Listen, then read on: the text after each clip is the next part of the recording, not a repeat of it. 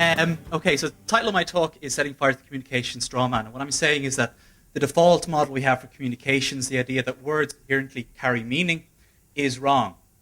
And when I was preparing this talk, I gave it to my wife first, and she said, you forgot to actually explain what you meant by the communication strawman, proving that you can exchange words without communications taking place. And it goes back to George Bernard Shaw's idea that the biggest problem we have with communications is the idea that it's taken place. This leads us to the idea of the conduit metaphor. And we see that embedded in everyday language, the idea that you get your words, get your ideas across to somebody, put your ideas over, get your position said, and so on. That meaning flows through a pipe from one individual to another, which really isn't what happens. Now, a lot of this comes from a guy called Claude Shannon, who wrote a paper back in the 1940s called A Mathematical Theory of Communications. Now, Shannon wasn't actually talking about human communications. What he was actually talking about was signal theory in radio systems. But because it fitted into communication models and so on, and they have this nice model, this seemed to work very well for communications, and then this gets adapted. But this isn't what happens in human systems. It's not how people work. What Shaw also said is that words are actually only the postage stamps for exchanging the messages which we unpack ourselves. And what we're doing by taking this metaphor is we're not taking a very human-centric, we're taking a very machine-centric view of communications. We're avoiding the real things that go on when people are actually communicating and talking to each other. An example of this recently was the Canadian government rang the British government asking about the funeral arrangements for Margaret Thatcher, and the British government were quite confused because Margaret Thatcher was very much still alive. What had happened was that a senior Canadian politician had a dog called Margaret Thatcher who died.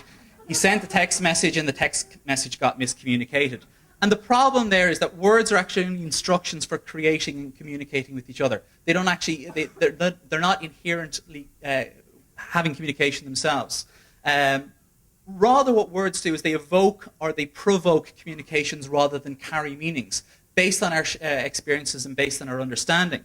An example I saw of this recently happened on Twitter, and there was a discussion going on about whether or not people should display poppies in Ireland, which is something that's quite controversial in the UK. And the reason for that was based on the individual's experience. In one case, one of the people's mother had been rescued from a concentration camp by the British Army at the end of the Second World War.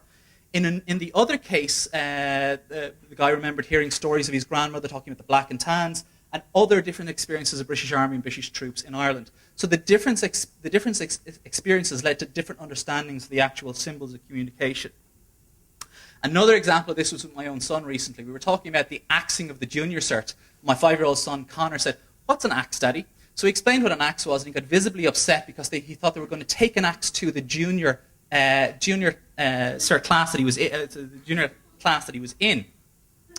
So people make up things based on their own experiences and their words and how they understand things. And even when we try and share context and meaning based on experiences, we can often get that wrong as well. It can be quite difficult to share experiences and share meanings. So I'm going to throw up a funny sort of symbol and a number of words beside it. And if I asked you to memorize those, it would be quite difficult. If I said you have 10 seconds to try and memorize each number and the symbol beside it, you kind of go, well, how am I going to do that in 10 seconds? If I put this in a different context, if I lay it out differently for you and relate it to something that you already understand, it then becomes something that's much easier for you to understand and much easier for you to experience and much easier for you to actually relate to. And this is how we exchange meaning and how we can exchange understanding with each other. The problem for most of us is that we live based on our own experiences. We filter things based on our own perceptions of the world. If you drive a yellow car, you're familiar with the yellow cars. You see yellow cars everywhere.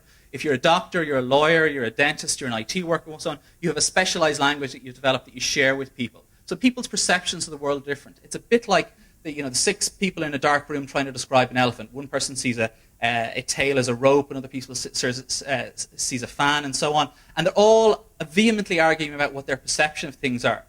A lot of the time what we try and do is to deal with the noise. We try and overcomplicate communication. We add more and more meaning to things. It's a bit like the Englishman in a French restaurant shouting slowly at the waiter in the hope that the waiter will actually understand him. It doesn't actually help.